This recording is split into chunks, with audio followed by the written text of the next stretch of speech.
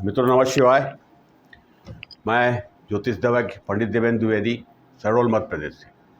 मित्रों, 9 ग्रह हैं और 9 के 9 ग्रह जो होते हैं किसी भी व्यक्ति के जीवन में न तो एक साथ अच्छे फल देने वाले होते हैं और न एक साथ खराब फल देने वाले। कुछ ग्रह अच्छे परिणाम देते हैं, कुछ खराब देते हैं। अब वो ग्रह कौन सा है, हमारी कुंडली के अनुसार या चंद्र कुंडली के अनुसार वो ग्रह योग कारक ग्रह है या मारक ग्रह है, ये विश्लेषण का विषय है। मित्रों, मैं हमेशा आपसे एक बात शेयर करता हूं कि जब भी आप अपने भविष्य को लेकर के चिंतित होते हैं और ग्रह गोचर को देखते हैं तो सबसे पहले आप अपनी जन्म कुंडली को अवश्य देखिए, क्योंकि जन्म कुंडली जो हो स्थायी कुंडली है। जन्म से लेकर के और अंतिम समय तक किसी न किसी ग्रह की महादशा, अंतरदशा, प्रत्यंतर दशा चलती रहती है। उसको अलग करके हम किसी एक कुंडली को देख करके संतुष्ट हो जाते हैं और आने वाले समय में जब वो ग्रह गोचर का फल हमें प्राप्त नहीं होता तो हम ज्योतिष को ये मान लेते हैं कि गलत है, जबकि ऐसा नहीं है। हमारे देखने का तरीका गलत है। यदि हम विधिवत अच्छे से जन्म कुंडली को, चंद्र कुंडली को, नवमांश कुंडली को, अष्टक वर्ग सारणी, भिन्नाष्टक वर्ग सारणी, ये 4-5 कुंडली को जब हम देख लेते हैं तो हमें अच्छे या बुरे परिणाम का फल जो है प्राप्त हो जाता है। हमारी जन्म कुंडली में सबसे ज़्यादा खराब ग्रह कौन सा है, इसकी जानकारी होना हर व्यक्ति को आवश्यक है, क्योंकि एक या 2 ग्रह जन्म कुंडली में खराब हो सकते हैं। सभी जन्म कुंडलियों में नहीं होता, पर कुछ कुंडलियों में भी होता है,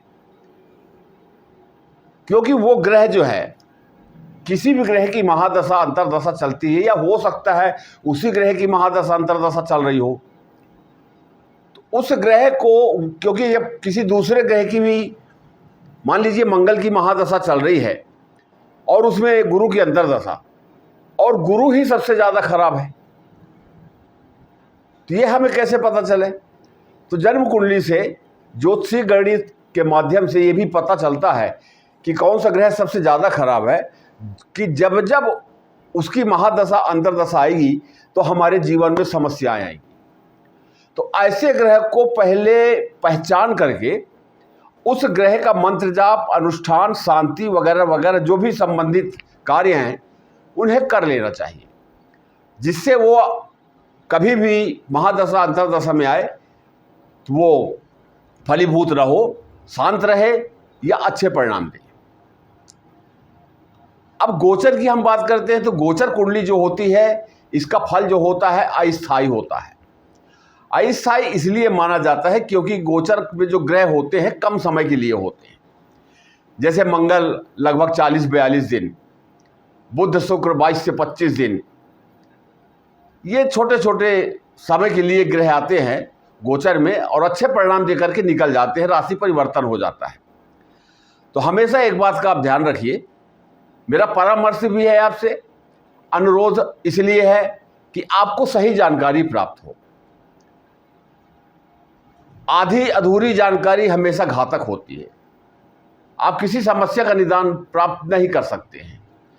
तो सबसे पहले तो आपको यही मालूम होना चाहिए कि हमारे जीवन में सबसे ज़्यादा, हमारी कुंडली में, हमारे जीवन में जो प्रभाव डालने वाला ग्रह है, सबसे ज़्यादा खराब ग्रह कौन सा है, उसके लिए क्या करना चाहिए।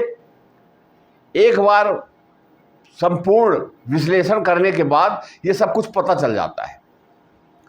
आइए चलते हैं विषय पर। ग्रह गोचर के आधार पर ये विश्लेषण है। कुंभ राशि, जिनकी नाम राशि कुंभ है और कुंभ राशि, कुंभ लग्न है, कुंभ राशि है, उनके लिए ये गोचर है। कुछ अच्छे और कुछ खराब, दोनों प्रकार के अच्छे परिणाम देखने को मिल रहे हैं। स्थितियां सामान्य रहने वाली हैं, कोई बहुत ज़्यादा उतार चढ़ाव नहीं आएगा। लेकिन यहाँ पर ध्यान से देखिएगा कि कौन सा ग्रह आपके लिए क्या करना चाहते हैं। चलिए सबसे पहले आते हैं, हम सूर्य की बात करते हैं। सूर्य जो है महत्वपूर्ण ग्रह है, सभी ग्रहों में राजा का ग्रह माना जाता है। सूर्य राजा हैं और सूर्य ही एक ऐसे ग्रह हैं जो हमें दिखते भी हैं। उन्हें हम सूर्य नारायण भी कहते हैं, सूर्य देव भी कहते हैं। बहुत से लोग सूर्य की पूजा करते हैं, करना भी चाहिए। ये तो सूर्य की विशेषता है। सूर्य का स्वभाव जो है उग्र है, तेज है, सत्ता का कारक है, सेना का कारक है, सामाजिक स्तर इसका कारक है। अब यहां पर आपकी चंद्र राशि के आधार पर जो कुंडली है उसमें सूर्यदेव जो है 14 अप्रैल से दूसरे भाव में गोचर कर रहे हैं, और ये 14 मार्च से गोचर कर रहे हैं 14 अप्रैल तक, एक महीने का गोचर सूर्यदेव का होता है। दूसरे भाव में सूर्य के गोचर को अशुभ माना जाता है, ये अच्छे परिणाम नहीं देता। दूसरा भाव जो होता है हमारा, ये कुटुंब का है, धन का है। यहीं पर मंगल भी 2 अप्रैल 2026 से, अभी यहाँ पर मंगल है कुंभ राशि में, लेकिन 2 अप्रैल को यहाँ पर आ जाएंगे। तो 2 अप्रैल सूर्य और मंगल की युति बन जाएगी। मीन राशि में 7.5 का दूसरा चरण चल रहा है। शनिदेव यहाँ पहले से बैठे हुए हैं। ये 3 ग्रहों का योग धन भाव में बना हुआ है। अब जब धन भाव में बना हुआ है तो ये कुटुंब का भाव भी है, वाणी का भाव भी है, और सूर्य और मंगल 2 ग्रह जो हैं ये अग्नि तत्व ग्रह हैं, विस्फोटक ग्रह कहा जाता है इनको। ऐसे जो कुंभ राशि के जो जातक हैं, तो ये पूरा महीना विशेषकर 14 अप्रैल तक अपनी वाणी में थोड़ा सा संयम रखें, क्योंकि बनता काम बिगड़ता है जब हम किसी को कुछ बोल देते हैं और ऐसा बोल देते हैं जो उचित नहीं होता है। वाणी दोष के कारण हमारा काम जो बनते बनते रह जाता है और बिगड़ जाता है। परिवार से थोड़ा खींचतान हो सकती है, पर अपनी वाणी में अगर संयम रखेंगे तो ये समस्या का निदान भी हो जाएगा। तो ये अप्रैल का महीना थोड़ा सा अपने आप को कंट्रोल करने वाला है। धन की बात करते हैं तो धन खर्च जो है अधिक होगा, आय कम होगी, व्यय ज़्यादा होगा, क्योंकि मंगल, शनि और सूर्य ये तीनों ग्रह जो हैं एक साथ बैठ करके समस्या उत्पन्न करेंगे, थोड़ी मोड़ी समस्या उत्पन्न करेंगे। लेकिन जैसा मैंने कहा है आपसे कि सभी ग्रहों में सब ग्रह खराब नहीं होते, कुछ ग्रह अच्छे भी होते हैं। इसमें सबसे अच्छा ग्रह जो है गुरु है आपके लिए। वर्तमान में गोचर कुंडली के अनुसार गुरु सबसे अच्छा ग्रह है, और गुरु फिर पूरी कुंडली को जो है बैलेंस भी कर रहे हैं, अशुभ भावों को कम कर रहे हैं, अच्छा परिणाम देने के लिए पापी ग्रहों को, क्रूर ग्रहों को विवश कर रहे हैं। तो ये गुरु विशेष बात करूंगा मैं आपसे। तो यहाँ पर 3 ग्रहों का ये योग जो है ये ठीक नहीं है। और प्लस साथ में देखते हैं हम कि सूर्य और शनि ये दोनों साथ में हैं। सूर्य और शनि एक दूसरे के घोर शत्रु हैं। शनि जो है अंधकार है और सूर्य प्रकाश है, और दोनों ग्रह जो है गुरु की राशि में, मीन राशि में बैठे हुए हैं, धन के भाव में बैठे हुए हैं। अब कहीं भी जीवन में अंधेरा है, एक कमरे में अंधेरा है, माने हम ये मानते हैं हमारे जीवन में अंधेरा क्या है, अनेक प्रकार की समस्याएं, आर्थिक, मानसिक, शारीरिक, व्यवसायिक, राजनीतिक, जो भी समस्याएं हमारे जीवन में जिस भी फील्ड से हम जुड़े हुए हैं उस क्षेत्र से संबंधित जो हमारी समस्याएं आ रही हैं वो अंधकार है। पर सूर्य जो यहाँ पर प्रकाश डाल रहे हैं, ये 14 अप्रैल तक ही रहेंगे, और 14 अप्रैल के बाद सूर्य का राशि परिवर्तन हो जाएगा तीसरे भाव में। जब तीसरे भाव में सूर्य देव आएंगे तो यहाँ पर शुक्र का गोचर हो रहा है 19 तारीख तक, 19 अप्रैल तक। तो यहाँ पर जो है मेष राशि में सूर्य उच्च के हो जाते हैं, और तीसरे भाव में सूर्य का जो फल होता है बहुत ही अच्छा, बहुत ही महत्वपूर्ण होता है। आगे का इसीलिए बता रहा हूं कि अप्रैल का जो महीना है उसको थोड़ा सा कुंभ राशि के जो जातक है उसको थोड़ा सा बैलेंस करके चलना चाहिए, तो सब कुछ अनुकूल रहेगा, समस्याएं आते आते रुक जाएंगी। ये हो गया। अब बुध की हम बात करते हैं तो बुध देव यहां पर कुंभ राशि में लग्न भाव में 10 अप्रैल तक रहेंगे। बुध अभी 20 तारीख से मार्गी हुए हैं, ये बकरी अवस्था में थे, और जब कोई ग्रह मार्गी से बकरी से मार्गी अवस्था में आता है तो वो कई गुना शक्ति ले करके आता है। तो यहाँ पर बुद्धि और विवेक का तो भंडार हो गया, अच्छे परिणाम देने वाले हैं ये। लग्नेश के स्वामी भी हैं बुध, पंचम भाव के स्वामी है बुध, शनि के स्वामी भी हैं और पंचम भाव के भी स्वामी मित्र हैं और अच्छे संबंध हैं। तो यहाँ पर बुध जो है 10 अप्रैल तक रहेंगे। इसके बाद ये निकल करके गोचर पूर्ण करके और ये भी मीन राशि में आ जाएंगे। तब तक ये 14 तारीख को सूर्य का परिवर्तन हो जाएगा, मंगल यहीं पर रहेंगे पूरे महीना 11 मई 2026 तक, और शनिदेव अभी लगभग 1.5 साल तक यही गोचर करेंगे। शनि की 7.5 चल रही है, दूसरा चरण है ये, तो अभी 1 साल हो रहा है। अब इसके बाद जो है 1.5 साल और बचेगा दूसरे चरण का। ये रही ग्रहों की स्थिति। अब यहाँ पर केतु को देखिए, राहु को देखिए। राहु और केतु ये 2 ग्रह जो हैं, ये पिंड ग्रह तो नहीं है, छाया ग्रह हैं, और छाया ग्रह होने के साथ साथ ये ग्रह जो है बड़े विचित्र ग्रह हैं। अब मैं राहु की बात करूंगा, और इस बात को जो कुंभ राशि के लोग हैं वो विशेषकर अच्छे ध्यान से सुने कि यहां पर राहु जो है एक चतुर ग्रह है, चालाक ग्रह है, झूठ, फरेब, धोखेबाजी, माने जो कार्य नहीं करना चाहिए उसका कारक ग्रह जो है राहु है। और कुंभ राशि के जातकों की जन्म कुंडली में प्रथम भाव में ही राहु का गोचर हो रहा है, और ये पूरे साल रहेगा। 5 दिसंबर 2026 तक राहु और केतु का गोचर इसी राशि में रहेगा। इसके पहले भी अगर मैं कहूं 1 साल से लगभग, या इसके पहले से भी, क्योंकि कुंभ राशि में अंतिम चरण चल रहा है शनि का, और कुंभ राशि शनि की राशि है, तो कोई भी ग्रह अपनी राशि को खराब नहीं करता।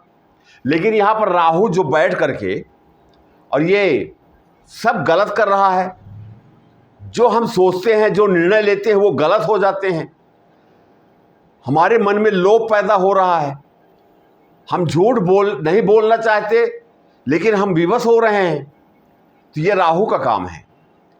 अचानक धन देना, अचानक उन्नति करा देना, और अचानक ऊपर से जमीन में पटक देना, ये राहु का काम है।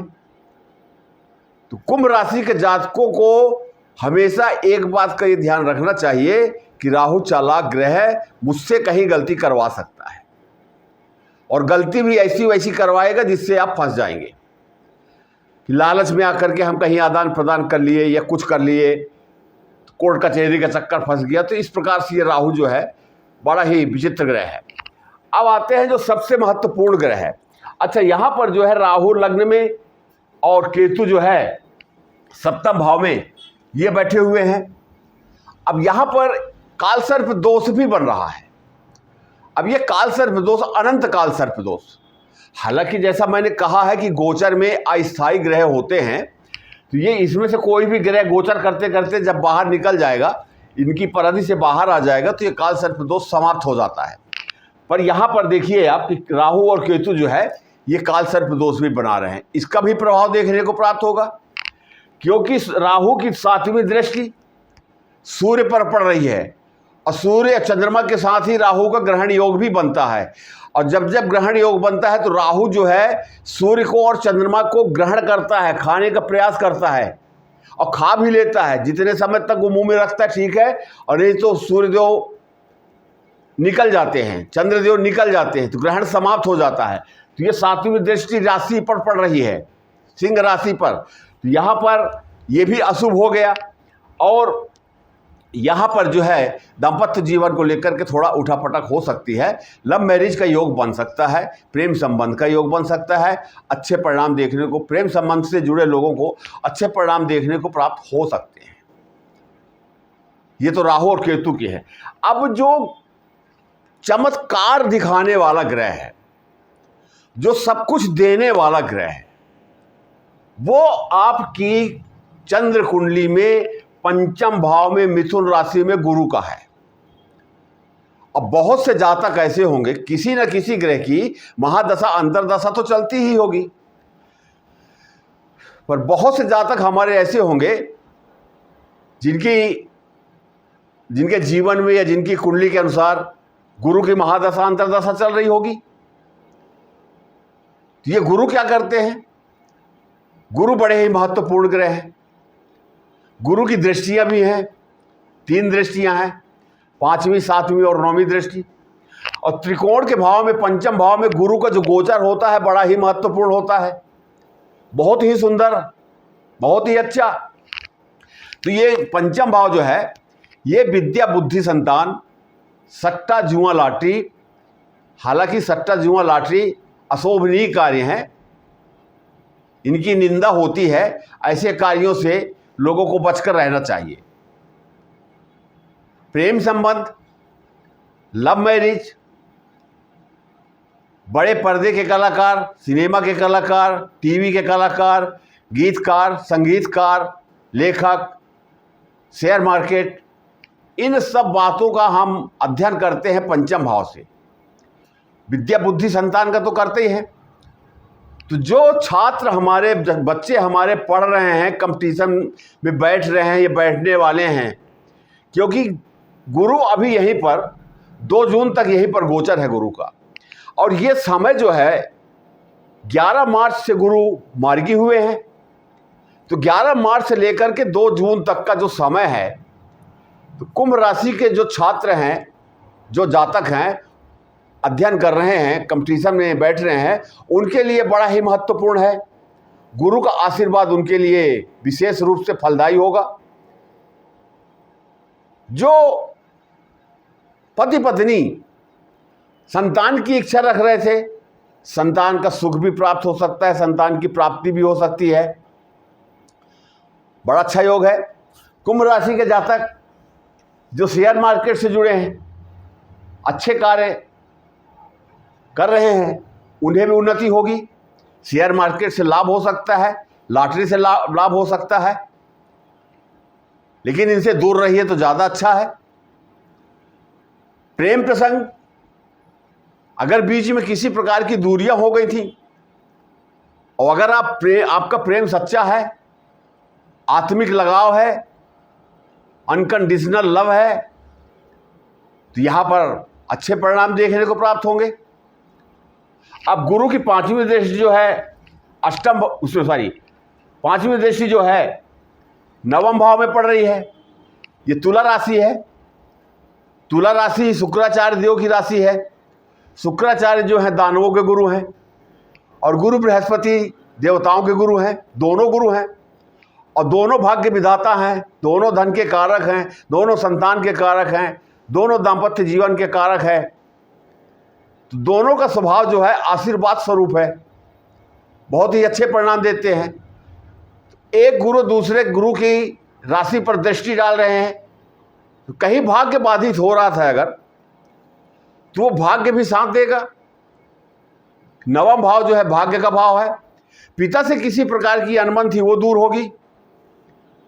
धर्म का भाव है और गुरु तो धर्म के कारक ग्रह हैं, तो धर्म के क्षेत्र में उन्नति होगी। मन हमारा धर्म के क्षेत्र में लगेगा, धार्मिक कार्यों में खर्च भी होंगे। तो कुंभ राशि के जातकों को पंचम भाव में महत्वपूर्ण है। अब गुरु की 7वीं दृष्टि देखिए, एकादश भाव, जहां 9 लिखा हुआ है यहां धनु राशि है। गुरु की ही अपनी राशि है धनु राशि। मीन राशि और धनु राशि 2 राशियां गुरु की हैं। एकादश भाव जो होता है ये आय का भाव होता है, सोर्स, पैसे कहां से आएंगे। लेकिन हम यही खड़े हो जाते हैं, हर व्यक्ति 90% लोग यही कहेंगे कि इनकम नहीं हो रही है। इनकम का मतलब आय का स्रोत हमारा कमजोर पड़ रहा है, ये खूब आ रहा है। पर एक मनुष्य का स्वभाव है ना कि 1000 रुपया वाला व्यक्ति जो है अगर 10,000 रुपया भी कमा ले तो कहेगा आय में कमी है, माने उसके और चाहिए। ये सिर्फ आय नहीं है, छोटी मोटी बीमारियों का भी भाव है ये। और महत्वपूर्ण भाव जो है इच्छा पूर्ति का भाव है। तो बहुत से जातक हमारे जो हैं जीवन से जुड़ी समस्याएं और जीवन से जुड़ी आवश्यकताओं को लेकर के जो चिंतित थे, जो कुंभ राशि के लोग हैं, किसी को प्लाट लेना था, किसी को गाड़ी लेना था, किसी को मकान लेना था, किसी का स्वास्थ्य खराब था, कुछ, तो जीवन में जो हमको चाहिए, हमारी जो इच्छाएं थी काफ़ी समय से पूरी नहीं हो रही थी, अब गुरु की दृष्टि पड़ने के कारण वो इच्छाएं भी पूरी होंगी, क्योंकि गुरु की ही राशि है। गुरु की दृष्टि जहां पड़ती है, गुरु की दृष्टि को अमृत दृष्टि कहा जाता है। और अमृत दृष्टि जिस राशि के ऊपर जिस भाव में पड़ता है, वो भाव और वो राशि गंगा जल की तरह पवित्र हो जाता है। अशुभ ग्रह भी, अशुभ भाव भी शांत हो जाते हैं, अशुभता में कमी आती है, क्योंकि स्वभाव जो होता है वो नहीं बदलता। पर ज़्यादा नुकसान न होकर के थोड़ी मोड़ी नुकसान हो सकता है, पर यहाँ पर गुरु की कृपा होती है। अब गुरु की 9वीं दृष्टि जो है, देखिए लग्न भाव में पड़ रही है। गुरु की दृष्टि लग्न कुंभ राशि में पड़ रही है। यहाँ पर राहु देव बैठे हैं, राहु की 5वीं दृष्टि जो है गुरु के ऊपर पड़ रही है। ये देखिए मंगल की 4थी दृष्टि गुरु के ऊपर पड़ रही है। बड़ा ही विचित्र विश्लेषण हो रहा है। तो जब गुरु की बुध और राहु के ऊपर दृष्टि पड़ रही है, तो ये कहीं अशुभ परिणाम अगर देने वाले हैं। एक बात का ध्यान रखिएगा, जैसे शुरू में मैंने आपसे कहा है कि राहु विचित्र ग्रह है, झूठ फरेब, धोखेबाजी, गद्दारी, 2 नंबर के काम, इस तरफ हमारा ध्यान आकर्षित करता है और हम विचलित हो जाते हैं और लालच में आकर के, लोभ में आकर के हम ऐसे कार्य कर लेते हैं। लेकिन ये गुरु की जो दृष्टि पड़ रही है, इसके कारण जो कुंभ राशि के लोग हैं, विचार तो मन में आएगा, मस्तिष्क में आएगा, करने की सोचेंगे भी, लेकिन गुरु की दृष्टि, गुरु का आशीर्वाद पड़ने के कारण गलत कार्य करने से हम अपने आप को रोक पाएंगे। ये शक्ति प्रदान होती है, ये गुरु की शक्ति है। तो यहां लगभग मैंने सभी ग्रहों को लेकर के आपसे बातें की है। अब मित्रों, आपसे एक निवेदन और करना चाहता हूं। ये गोचर आपको कैसा लगा ये तो मुझे नहीं मालूम, पर जीवन में अनेक प्रकार की समस्याएं आती हैं और एक राशि में 65-66 करोड़ लोग आते हैं, तो सभी के जीवन में एक साथ बदलाव नहीं होता। बहुत से जातक ऐसे होंगे जिन्हें अपार धन की प्राप्ति हुई होगी, सामाजिक प्रतिष्ठा बढ़ी हुई होगी, बहुत कई प्रकार के लाभ देखने को प्राप्त हुए होंगे।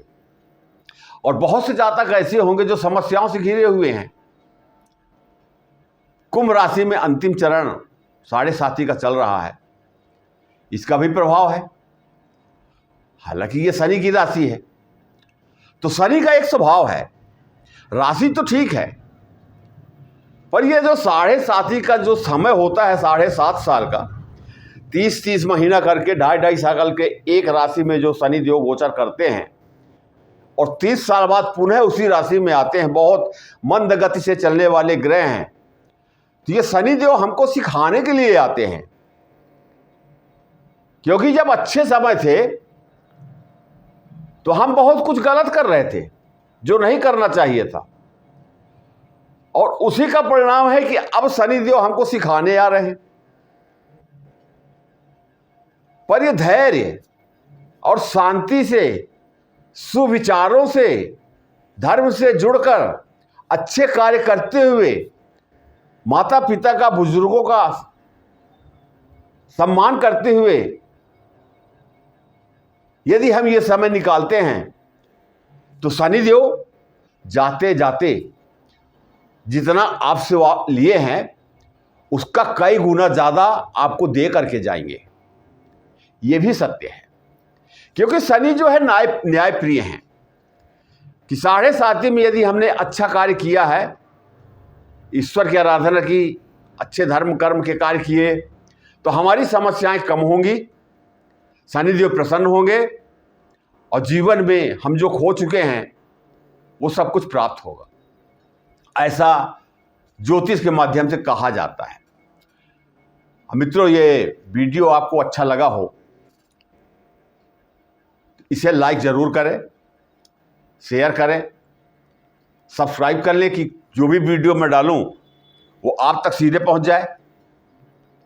और हमेशा की तरह एक निवेदन करूंगा कि हमारे बहुत से जातक हैं, फ़ोन करते हैं और अपनी समस्याओं को बताना चालू कर देते हैं, और तकलीफ जब होती है, जब वो समस्याओं से इतना ज़्यादा घिरे हुए रहते हैं कि मुझसे उन समस्याओं को शेयर करते करते वो रोने लगते हैं, तो मन में पीड़ा होती, तकलीफ होती है। मेरा अनुरोध यह है कि आपकी जो भी समस्या है, छोटी समस्या हो या बड़ी समस्या हो, किसी भी प्रकार की समस्या हो, उसे आप गोपनीय रखें, क्योंकि जन्म कुंडली सब कुछ बता देती है। अब कोई विशेष जो संकट है, जो समस्या है, वो पैसों को लेकर के होती है। तो कोई नौकरी से सस्पेंड हो गए हैं, या व्यापार नहीं चल रहा है, कर्ज हो रहा है, दिया हुआ पैसा वापस नहीं आ रहा है, स्वास्थ्य खराब है, ये मूलभूत समस्याएं हैं जीवन में, हर व्यक्ति के जीवन में रहती हैं। पर इससे बाहर भी बहुत सी समस्याएं हैं जो वर्तमान में नहीं दिख रही हैं, लेकिन भविष्य में वो पल पोस रही हैं, आने वाले समय में हमको भोगना पड़ेगा। तो ऐसे प्रश्नों का उत्तर भी जन्म कुंडली के माध्यम से आपको मिल जाता है। और अभी तक का जो मेरा अनुभव है कि सबसे पहले तो हमें यही देखना चाहिए कि 9 ग्रहों में सबसे ज्यादा खराब ग्रह कौन सा है, उसकी शांति करना आवश्यक होती है। अच्छा, अब प्रश्न ये उठता है कि सूर्य की महादशा अंतरदशा चल रही है, गोचर में है, या मंगल की, या बुध की, शुक्र की, शनि की, राहु केतु, किसी भी ग्रह से हम पीड़ित हो रहे हैं। जैसे हम यहां पर बताए कि 14 अप्रैल तक सूर्यदेव रहेंगे, फिर यहां तीसरे भाव में आ जाएंगे। तो यहाँ का विश्लेषण अलग हो गया, यहाँ का विश्लेषण अलग हो गया, ग्रह वही है लेकिन भाव बदल गया, राशि बदल गई, तो उत्तम फल देने लगे यहाँ पर आकर के। तो अब प्रश्न ये उठता है कि हम क्या क्या करें। कुछ लोग कहते हैं शनि मंत्र का जाप करें, कुछ लोग कहते हैं ये पूजा करें, कुछ लोग कहते हैं हनुमान जी के मंदिर जाएं, कुछ लोग कहते हैं कि पीपल के वृक्ष में दीपक जलाएं। पर मेरा जो अपना अनुभव है, अपना व्यक्तिगत अनुभव, 35-40 साल का जो अनुभव है मेरा, कि आप किसी एक के होकर के रह जाओ। अब जो चंद्र राशि पर आधारित यहां पर हम देख रहे हैं कि मिथुन राशि है, तो यहीं पर इष्ट देव है, तो बुध देव जो है आपके इष्ट हो गए। और बुद्ध मंत्र का जाप करना आजीवन, बुद्ध मंत्र का जाप करना चाहिए, और गणेश भगवान की पूजा करनी चाहिए। ये 2 मंत्र, पूजा गणेश का मंत्र भी ले सकते हैं, बुद्ध का मंत्र भी, दोनों मंत्र ले सकते हैं, गणेश जी की पूजा कर सकते हैं। ये हमारे इष्ट देव हैं। चलिए, जिन्हें इष्ट देव पता नहीं है वो क्या करें, तो उन्हें हनुमान चालीसा का पाठ या बजरंग बाण का पाठ, हनुमान जी की पूजा आराधना, शनिवार मंगलवार मंदिर में जाकर के माथा टेकना, अपनी भावनाओं को पवित्र रखना, अपनी भावनाओं को पवित्र रखना, ये बहुत बड़ी साधना है। ये हम कह तो देते हैं पर रख नहीं पाते। ये छोटी छोटी सी बातें हैं, इनको रेगुलर करना चाहिए। जो कुंभ राशि के जातक हैं, हनुमान चालीसा का पाठ करना चाहिए, क्योंकि 7.5 का अंतिम चरण भी है, और कुंभ राशि के स्वामी शनि देव हैं, और शनि देव जो हैं मंगल के अधीन हैं। जहां हनुमान जी रहेंगे तो शनि अपने आप शांत होते हैं। और शनि भर को शांत करने के लिए भैरव मंत्र का जाप, ओम भैरवाय नमः, जितना भी कर सके, 1 माला 2 माला 5 माला, जो भी कर सके, क्योंकि 40 लाख वर्ष तक शनिदेव जो है भैरव जी के पास थे और शनिदेव ने उन्हें अपना गुरु बनाया।